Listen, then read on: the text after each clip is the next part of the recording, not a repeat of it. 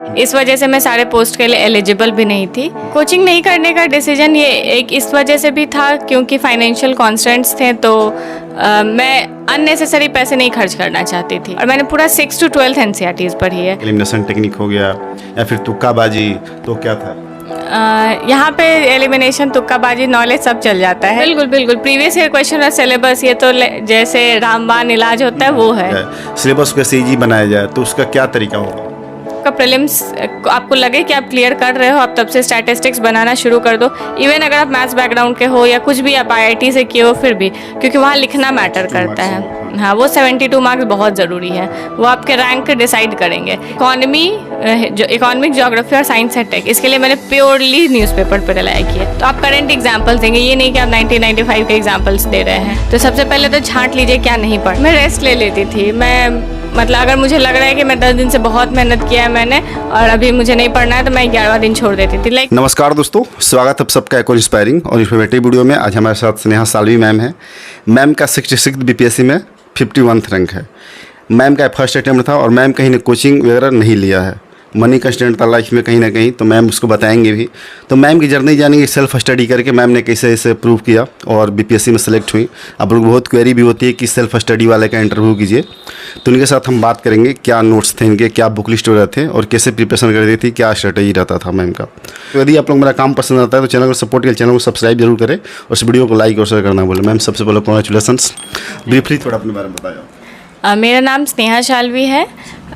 Academic मेरा Patna central school से 10th और 12th रहा है। उसके बाद ग्रेजुएशन मेरा मगध महिला कॉलेज से मैथ्स ऑनर्स में रहा है और मास्टर्स अभी हम पटना यूनिवर्सिटी से कर रहे हैं मैथ्स में ही। अच्छा, मास्टर अभी आपका चल ही रहा है? हाँ, सेमेस्टर 3 का एग्ज़ाम अभी कंप्लीट हुआ है और 4th का एग्ज़ाम होने वाला है, मतलब फाइनल स्टार्ट हो गया सेशन।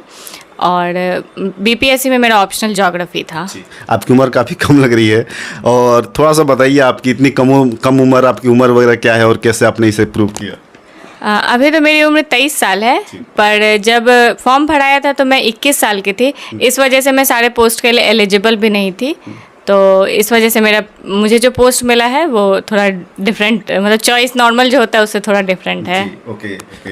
सो मैम, हम आप स्ट्रेटेजी की थोड़ी सी बात करेंगे। उस कोचिंग के लिए लड़के जो है कि एस्पिरेंट जो है कि पटना आते हैं, दिल्ली जाते हैं और आपने प्रूव कर दिया घर पे ही रह के। मैं रूम में देख रहा हूँ बहुत सारे बुक्स रखे हुए हैं, सिर्फ बुक आपके रूम में है। तो ये मतलब क्या, मतलब ऐसा मतलब मोमेंट था कि आपने डिसाइड किया कि मुझे कोचिंग नहीं करनी, मैं सेल्फ कर सकती हूँ? कोचिंग नहीं करने का डिसीजन ये एक इस वजह से भी था क्योंकि फाइनेंशियल कॉन्स्टेंट्स थे, तो मैं अननेसेसरी पैसे नहीं खर्च करना चाहती थी।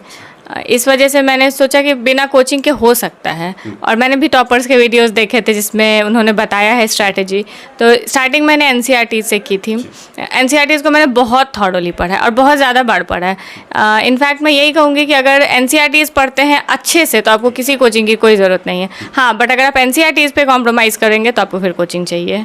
तो इस वजह से सो मैम, होता ये है कि आर्ट्स यूनिटी का बहुत सारा वेटेज है। जैसे कि जो सिलेबस देखा जाए तो साइंस बैकग्राउंड के लिए IIT वाले बहुत आते हैं, साइंस बैकग्राउंड। सब खुद BSc करा है, अपने MSc अभी कर रही हैं आप। तो कहीं ना कहीं स्टार्टिंग में 10वीं के बाद आपने कहीं से ह्यूमैनिटी सब्जेक्ट सब वास्ता आपका रहा नहीं होगा। तो स्टार्टिंग के समय में वो क्या रिसोर्सेज थे जिसको आपने फॉलो किया था?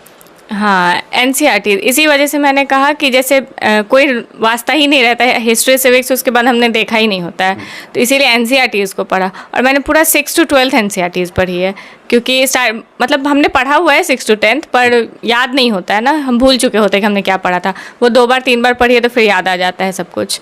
तो NCERTs बहुत ज़रूरी है। सो मैम, प्रीलिम्स की स्ट्रेटेजी की बात करिए। प्रीलिम्स के आपके रिसोर्सेज क्या थे, कौन सा बुक लिस्ट वगैरह या फिर कोचिंग या कोई नोट्स वगैरह आपने फॉलो क्या किया था उसमें? नहीं, मैंने कोई बुक लिस्ट मेरे ऐसा था कि NCERT जो मैंने पढ़ी हुई थी उसके मैंने शॉर्ट नोट्स टाइप बनाए हुए थे। और इसके अलावा जो मेन बुक्स की जैसे लक्ष्मीकांत, स्पेक्ट्रम, इन सब की मैंने नोट्स नहीं बनाई हुई है, पर मैंने उसे पढ़ा है और उसी में मैं अंडरलाइन करके हाईलाइट करके उसे यूज़ करती हूँ। तो और बाकी साइंस एंड टेक के लिए NCERTs पढ़ी है, और जैसे मैं ट्यूशन्स पढ़ाती भी हूँ। अच्छा, ट्यूशन से पढ़ाती हैं। हाँ, तो साइंस में मतलब 9-10 का सिलेबस में मुझे इशू नहीं आता है, क्योंकि साइंस का वही 9-10 से पूछा जाता है, और 9-10 को मैं पढ़ाती हूँ, तो वो मेरा मल्टीपल डिवीजन चलते रहता है। तो साइंस में मुझे उतना मेहनत नहीं करना पड़ा मैथ्स में, और वो ऑलमोस्ट 40 मार्क्स का प्रीलिम्स में वहाँ आता है, तो वो मेरा वहाँ से हो जाता था। बाकी हिस्ट्री बहुत ज़्यादा ध्यान से पढ़ना होता है, क्योंकि उससे लगभग 30 क्वेश्चंस आ जाते हैं। पे ज़्यादा फोकस करना। हाँ, हिस्ट्री में भी, मॉडर्न हिस्ट्री पे। हालांकि अब ऐसा देखा जा रहा है कि मिडाइवल और एंशिएंट का क्वेश्चन बढ़ा रहा है, तो इग्नोर उसे भी नहीं करना है, पर मॉडर्न पे ज़्यादा फोकस करना है। फिर बिहार स्पेशल के लिए मैंने क्राउन की जो बुक आती है वो पढ़ी थी, और बाकी टेस्ट जो मार्केट में अवेलेबल होते हैं, तो उन सारे टेस्ट को मैंने लगाया था। जी, जैसे आपने बताया टेस्ट को आपने लगाया था, तो टेस्ट में कौन कौन से टेस्ट थे, और सबसे बड़ी बात कि टेस्ट देते समय उसमें बहुत सारे क्वेश्चन ऐसे नहीं आते होंगे, तो उसको मतलब कि सॉल्व करने का क्या मतलब तरीका अपना थी, जैसे एलिमिनेशन टेक्निक हो गया या फिर तुक्काबाजी, तो क्या था? यहाँ पे एलिमिनेशन, तुक्काबाजी, नॉलेज सब चल जाता है, क्योंकि नेगेटिव मार्किंग नहीं है। तो पहले तो आप जिस क्वेश्चन में एकदम श्योर उसको तो सबसे पहले बना लीजिए। उसके बाद देखिए कुछ क्वेश्चन एलिमिनेट होंगे। हालांकि यहाँ पे बीपीएससी में जो एक ऑप्शन ई होता है, उसके वजह से एलिमिनेशन टफ हो जाता है। जैसे 2 ऑप्शन अगर आप एलिमिनेट कर भी लिए, फिर भी आप 2 में ये कंफ्यूज रहिएगा कि ई तो नहीं होगा, तो इस वजह से एलिमिनेशन बहुत ज़्यादा वर्क नहीं करता है। तब फिर थोड़ा सा तुक्का भी लगा लीजिए, क्योंकि अल्टीमेटली 150 में 150 तो कट ऑफ नहीं जाएगा, तो जितना भी जाएगा, अगर आप लगभग 100 के लगभग आप पढ़े हुए हैं, तो 50 तुक्का लगा लीजिए, 10-12 तो सही हो ही जाएगा। आप भी बहुत इम्फेसिस डाल रही हैं प्रीवियस ईयर क्वेश्चन पेपर पे। मैं बहुत सारे इंटरव्यू कर रहा हूँ, सारे लोग कह रहे हैं कि यदि प्रीवियस ईयर क्वेश्चन पेपर किया जाए तो 50% जो है कि प्रिपरेशन ऐसे ही हो जाती है। आप क्या कहना चाहोगे इस पर? बिल्कुल प्रीवियस ईयर क्वेश्चन और सिलेबस, ये तो जैसे रामबाण इलाज होता है वो है, क्योंकि प्रीवियस ईयर से सबसे पहले आपको ये पता चलता है क्या पढ़ना है और क्या नहीं पढ़ना है। अल्टीमेटली मैटर वही करता है कि पढ़ने के लिए तो बहुत कुछ है, हिस्ट्री में अब पीएचडी तो करनी नहीं है, तो इतना पढ़ना है कि एग्ज़ाम में अच्छे मार्क्स ला सके। तो इस वजह से प्रीवियस ईयर क्वेश्चन तो मैटर करता है। प्रीवियस ईयर क्वेश्चन पे आप जितना ज़्यादा ध्यान दीजिएगा उतना अच्छा होगा। मतलब रिपीटेशंस बहुत हैं। जैसे मेंस में भी देखिए तो रिपीटेशन है, प्रीलिम्स में भी मतलब 66 तक तो अच्छे रिपीटेशन थे, पर अभी जो एग्ज़ाम हुआ था, जो कैंसिल हुआ, उसमें रिपीटेशन कम थे कंपैरेटिवली। पहले जितने रिपीट होते थे अब नहीं हो रहे हैं। मैं मेंस की बात करी है, तो मेंस में क्या स्ट्रेटेजी आपने अपनाया था, और बुक लिस्ट वगैरह मतलब क्या फॉलो किया आपने? मेंस में मैंने बहुत ज़्यादा न्यूज़पेपर पर रिलाई किया था, और प्रीवियस ईयर क्वेश्चन पे। जैसे जीएस पेपर 1 में देखिएगा अगर आप, तो पहला हिस्ट्री है, दूसरा करंट अफेयर्स है, और तीसरा स्टैटिस्टिक्स है। तो स्टैटिस्टिक्स का एक रेगुलर प्रैक्टिस बहुत ज़रूरी है। मतलब जब से आपका प्रीलिम्स आपको लगे कि आप क्लियर कर रहे हो, आप तब से स्टैटिस्टिक्स बनाना शुरू कर दो। इवन अगर आप मैथ्स बैकग्राउंड के हो या कुछ भी आप आईआईटी से किए हो, फिर भी, क्योंकि वहाँ लिखना मैटर करता है। हाँ, वो 72 मार्क्स बहुत ज़रूरी है, वो आपके रैंक डिसाइड करेंगे। करंट अफेयर्स ख़राब भी हो जाएगा तो वो पोर्शन है जो आपको बचाएगा, तो वहाँ 72 पे कॉम्प्रोमाइज़ नहीं करना है। तो वहाँ लिखना, अच्छे से लिखना, क्योंकि जैसे जनरल कॉम्पिटिशन्स में होता है कि आप शॉर्ट में बना दो, यहाँ पे आप जितने अच्छे से लिखोगे उतना अच्छा नंबर मिलेगा। तो मैथ्स को भी अच्छे से लिखने का प्रैक्टिस। हिस्ट्री में तो प्रीवियस ईयर क्वेश्चन को अच्छे से कर लो, बहुत ज़्यादा अच्छे से।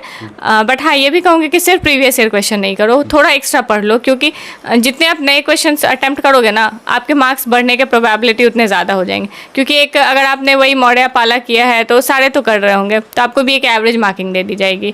हालांकि अगर आप कुछ गांधी, नेहरू, इन सब पे अटैम्प्ट करोगे तो आपके मार्क्स अच्छे होंगे। तो इसलिए वो क्वेश्चन, और करंट अफेयर्स के लिए तो मैंने न्यूज़पेपर पर रिलाई किया, और डेली आंसर राइटिंग मैं करती थी। जैसे एक इनसाइट्स ऑन इंडिया वेबसाइट है, उसमें डेली आंसर राइटिंग के क्वेश्चंस डाले जाते हैं, तो वो यूपीएससी के पॉइंट ऑफ व्यू से डाले जाते हैं। पर अगर आप प्रीवियस ईयर क्वेश्चन अच्छे से एनालाइज किए हैं तो आपको पता रहेगा कि इस टाइप के क्वेश्चन पूछे जा सकते हैं बीपीएससी में, तो उसके अकॉर्डिंग आप डेली, मतलब वो मैं डेली ही करती थी। जब से मतलब प्रीलिम्स का रिजल्ट भी नहीं आया था, उससे उस टाइम से ही मैं करती थी ये। थोड़े रिसोर्सेज की बात मैं बताइए कि रिसोर्सेज क्या थे मेंस के? मतलब जीएस पेपर 1 का तो मैंने बता दिया।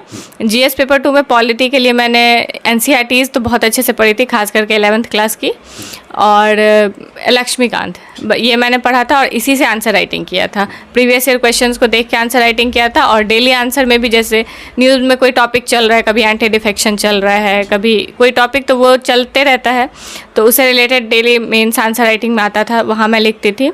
और इकोनॉमी, जो इकोनॉमिक, ज्योग्राफी और साइंस है टेक, इसके लिए मैंने प्योरली न्यूज़पेपर पर रिलाई किया है। मैं मतलब डाटा प्रीवियस ईयर क्वेश्चंस को देख के एक आइडिया लग जाता है ये पूछा जा सकता है, ये नहीं पूछा जा सकता है, तो उसके लिए मैं हमेशा एक डेली आंसर राइटिंग करती थी। उससे रिलेटेड पॉवर्टी, हंगर या फिर फ्लड, ड्रॉट, इन सब से रिलेटेड डाटा हो गया, गवर्नमेंट की स्कीम्स हो गई, इन सबको एक जगह लिखा और डेली आंसर राइटिंग में वही चीज़ 10 बार लिखा गया तो आपको याद हो जाएगा खुद से, वो याद करना ही नहीं पड़ेगा। और उसी तरीके से डाटा भी बहुत बार लिखा जाएगा। कुछ कॉमन डेटाज, कुछ इंडेक्स आए हैं तो वो सब आप कोट करने पे उन सब पे मार्क्स अच्छे मिलते हैं। दोस्तों, घर बैठे आपको यूपीएससी पीसीएस की ऑल मटेरियल्स चाहिए, like all standard books, all notes like Drishti Vision, Vajiram, etc, NCERT books, old new NCERT, mix NCERT, तो दिल्ली के आप राजेश बुक स्टोर से मंगा सकते हैं दिए हुए नंबर पर कॉल करके। Thank you ma'am. यूपीएससी की तरह बीपीएससी कहीं ना कहीं इस समय स्मार्ट तरीके से क्वेश्चन पूछे जा रहे हैं, जैसे कि आप फैसिलिटी डाल प्रीवियस क्वेश्चन पेपर, लेकिन मेंस के आंसर राइटिंग की बात करी जाए तो करेंट और जो है कि स्टैटिक पार्ट है उसको इंटरलिंक करने की बात होती है, तो उस पर कैसे फोकस किया जाए और कैसे उसमें क्या टैक्टिक्स अपनाया जाए क्वेश्चन को अच्छा किया जा सके? ये तो बहुत अच्छे से इंटरलिंक किया जा सकता है। जैसे अगर आप हिस्ट्री में भी अगर कुछ करंट अफेयर से रिलेटेड डालें, जैसे अगर वीर कुंवर सिंह के बारे में पूछा जा रहा है तो रिसेंटली उनके नाम पे सिक्का निकाला गया या किसी पुल का नाम रखा गया, तो आप कंक्लूजन में अगर आप बता देंगे तो मतलब आंसर चेक करने वाले को लगेगा कि इसने रटा रटाया नहीं लिखा है, इसे पता है, ये अपने आसपास के चीज़ों से अवेयर है, तो वो चीज़ वहाँ हेल्प करेगा। बाकी पॉलिटी में जैसे है, पॉलिटी में अगर तो हमेशा कुछ ना कुछ चलता रहता है, तो आप करंट एग्जांपल्स देंगे, ये नहीं कि आप 1995 के एग्जांपल्स दे रहे हैं, जैसा कि आप बहुत सारे जगह देखेंगे वो यही बता रहे होते हैं। तो आप करंट एग्जांपल्स दीजिए, करंट का कुछ इंडेक्स आया है वो कोट कर दीजिए, तो वो हेल्प करेगा। मैम, स्मार्ट स्टडी की बात हुई, साइंटिफिक स्टडी की बात होती है और ये आप पे बहुत ज़्यादा पुट करता है, ये मतलब आप पे ये कहीं ना कहीं अप्लाई किया आपने इसे, क्योंकि इतनी कम उम्र में और फर्स्ट अटेम्प्ट में यूपीएससी क्रैक कर लेना, आपने इसको फॉलो जरूर किया होगा। बहुत सारे स्टूडेंट उसको लैक करते हैं, तो स्मार्टली कैसे पढ़ा जाए और साइंटिफिकली कैसे पढ़ा जाए? ये क्या नहीं पढ़ना है ये अगर पता हो तो स्मार्टली पढ़ा जा सकता है, और क्या नहीं पढ़ना है ये प्रीवियस ईयर देख के ही पता चलेगा। तो सबसे पहले तो छांट लीजिए क्या नहीं पढ़ना। लाइक हिस्ट्री में ही पढ़ रहे हैं तो वर्ल्ड हिस्ट्री लेके ना बैठे। जैसे मैंने बोला कि एनसीईआरटीज़ पढ़ना है, बस जैसे 10th क्लास की एनसीईआरटीज़ में स्टार्टिंग में फ्रेंच रिवॉल्यूशन, यूरोपियन रिवॉल्यूशन है, तो वो क्वेश्चन जब नहीं पूछे जाते तो उसे स्किप कर दीजिए। हाँ, आपको इंटरेस्ट है तो आप पढ़ लीजिए, या आपका हिस्ट्री ऑप्शनल है तो आप पढ़ लीजिए, पर अगर नहीं है हिस्ट्री ऑप्शनल तो फिर उसे पढ़ने का सेंस नहीं बनता है, तो वो हटाइए, छांटिए पहले क्या क्या नहीं पढ़ना है, उसके बाद आप पढ़ना शुरू कीजिए। और फोकस कीजिए कि आपका वीक एरियाज़ क्या क्या है। जब आप वीक एरियाज़ पे फोकस करेंगे ना तो आप अपने मार्क्स बढ़ा रहे होंगे, क्योंकि एक जो आपका स्ट्रॉन्ग एरिया उससे ही आप, जैसे इंटरेस्ट आता है जिसे पढ़ने में, जनरली लोगों को पॉलिटी पढ़ने में इंटरेस्ट आता है, वो लेके बैठे रहते हैं। उसमें कितना भी सही होगा तो अगर 10 क्वेश्चन पूछा जाए तो 8 ही सही होगा, 2 तो गलत होगा ही। लेकिन वही है कि अगर आपका मान लीजिए हिस्ट्री ख़राब है तो 10 में से 5 सही हो रहे थे, थोड़ा और पढ़ लीजिएगा तो 6-7 सही हो जाएंगे। तो वहाँ पे वर्क कीजिए अपने वीक एरियाज़ पे। ओके मैम, जैसे 67 बीपीएससी का जो प्रीलिम्स है, मतलब समय कम है एस्पिरेंट के पास जो इसमें अपीयर होंगे, तो आप 2-3 ऐसे टिप्स बताएं कि उसको फॉलो करना ही करना है एस्पिरेंट को, जिससे उनको बहुत सारे बेनिफिट मिले। सबसे पहला तो टेस्ट दीजिए, जितना भी आप टेस्ट दे रहे हैं उसको एनालाइज कीजिए कि आप कौन से, लिखिए आपके पॉलिटी के 20 क्वेश्चन थे, 20 में से मेरे 10 सही हुए, और उसमें से जो 10 गलत हुए उसके टॉपिक्स लिखिए, मेरे इस टॉपिक के क्वेश्चन गलत है, इस टॉपिक के क्वेश्चन गलत है, और वो लिखिए, अपने हाथों से लिखिए। और ऐसे टॉपिक वाइज आप डिमार्केट कीजिएगा ना, तो लाइक अगर अभी भी से भी आप 10 टेस्ट देते हैं तो 10 टेस्ट में आपको एकदम आइडिया लग जाएगा कि आप एकदम बहुत ज़्यादा वर्क किस टॉपिक पे करना है, लास्ट मोमेंट तक उस टॉपिक पे वर्क कीजिए। और दूसरा मैं बोलूँगी कि करंट अफेयर्स को बिल्कुल नहीं छोड़ना है, क्योंकि जैसा अभी एओ का पेपर हुआ था तो उससे ये पता चला कि करंट अफेयर्स बहुत रीसेंट के पूछे जाएंगे, मतलब ऐसा मैक्सिमम चांस है, नए क्वेश्चंस बन रहे हैं। तो करंट अफेयर्स अगर 20 सितंबर को भी होता है तो आप अगस्त तक का तो करके ही जाइए, तो इस हिसाब से अच्छा मार्क्स आ सकता है। ओके मैम, इंटरव्यू की बात करिए तो इंटरव्यू भी काफ़ी इंपॉर्टेंट हो जाते हैं, तो आपने इंटरव्यू की कैसे तैयारी की थी और क्या मॉक वगैरह आपने कहीं दिया था? हाँ, इंटरव्यू की तैयारी मैंने मॉक इंटरव्यूज़ से ही की थी। और जैसे बेसिक तैयारी की जाती है कि आपका बैकग्राउंड क्या है उसके बारे में देख लें, आप किस डिस्ट्रिक्ट से बिलोंग करते हैं उसके बारे में पढ़ लें। तो और मॉक इंटरव्यूज़ मैंने बहुत सारे इंस्टीट्यूट्स में दिए थे, उसमें से एक परम आईएएस था जो कि रिसेंटली खोला गया है। ऑफिसर्स लोग ही हैं वहाँ पे जो ऑलरेडी 64, 65 में सेलेक्टेड हैं, उन लोगों ने मिलके वो एक इंस्टीट्यूट खोला है। तो वहाँ से भी मैंने मॉक इंटरव्यूज़ दिया था और भी मैंने बहुत जगह दिया है। जी मैम, बात करिए डीमोटिवेशन वगैरह की, आप भी हो सकता है पढ़ाई कर रही होंगी तो ऐसा लगता होगा कि डीमोटिवेशन आता होगा कि अरे अब पढ़ने का मन नहीं कर रहा, बहुत मतलब कि एग्जॉस्ट फील कर रहे हैं, तो उस समय आप क्या मतलब करती थी? मैं रेस्ट ले लेती थी। मैं मतलब अगर मुझे लग रहा है कि मैं 10 दिन से बहुत मेहनत किया है मैंने और अभी मुझे नहीं पढ़ना है तो मैं 11वां दिन छोड़ देती थी। लाइक मैं पूरे दिन भी छोड़ देती थी। सुबह न्यूज़पेपर पढ़ी या दिन में एक बार बस न्यूज़पेपर पढ़ लेती थी कि वो 1-1.5 घंटा 2 घंटा फ्लो ना टूटे। लेकिन बाकी दिन मैं दोस्तों के साथ कहीं चली गई या फैमिली के साथ कहीं निकल गई घूमना फिरना। मैं मतलब ऐसा रहता था कि मैं रिलैक्स हूँ, मैं एकदम टेंशन लेके नहीं पढ़ती मतलब पढ़ने लेके नहीं पढ़ना? हाँ बिल्कुल नहीं, कभी भी नहीं। जी आपसे लास्ट सवाल, जो भी एस्पिरेंट मैम आपको सुन रहे हैं उनके लिए 2 शब्द क्या कहना चाहोगे, क्या मैसेज है उनके लिए? मैं बस यही कहना चाहूँगी, मेहनत कीजिए, बहुत मेहनत कीजिए ताकि एक यहाँ जहाँ मैं बैठी हूँ वहाँ आप बैठे रहें, कल आपका इंटरव्यू लिया जा रहा हो इसी तरीके से। जी thank you so much ma'am कि आपने अपनी जर्नी, मोटिवेशन और स्ट्रगल सारा शेयर किया और क्या क्या बुक लिस्ट कंटेंट आपने फॉलो किया है। एक बार फिर से आपको कॉन्ग्रेचुलेसन्स। दोस्तों आपको वीडियो अच्छी लगी है तो इस वीडियो को लाइक करें, शेयर करें, चैनल सपोर्ट के चैनल को सब्सक्राइब करना भूलें। Thank you.